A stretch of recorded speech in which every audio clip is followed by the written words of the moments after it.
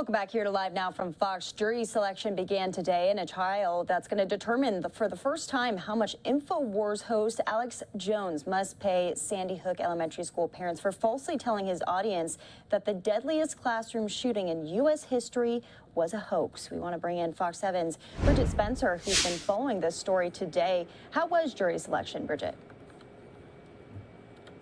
You know, it's actually going to last another day. We just heard from the attorneys that they're not done. They had to kind of weed out several people. It was about a pool of 100 people sitting in the courtroom today, and they were asking several questions. As you mentioned, Alex Jones was found liable, but at this point, how much does he have to pay these families? That's what this jury has to essentially figure out. So the court was just talking to people, asking questions, trying to make sure that they have a fair and balanced jury when the trial begins. Take a look.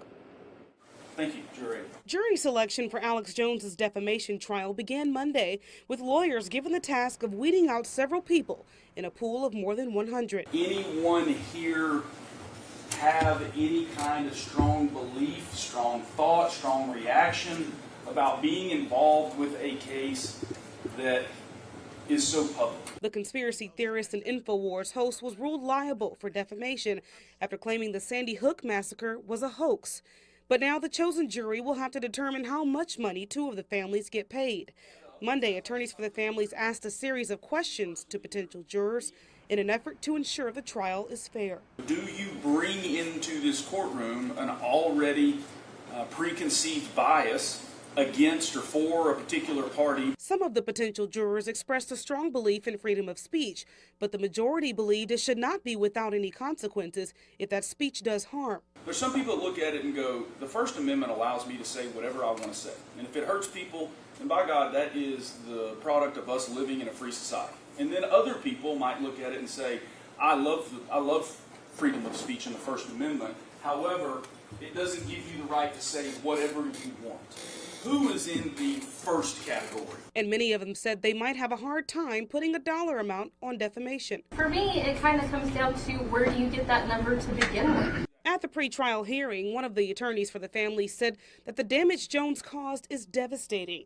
And they also say money can't fix everything, but believe it will bring some relief to the families. One of the big things that he said was that Neil Heslin, a parent who went on national television to beg Mr. Jones to stop calling Sandy Hook fake, Mr. Jones turned around on his show and said Neil was lying about holding his dead son.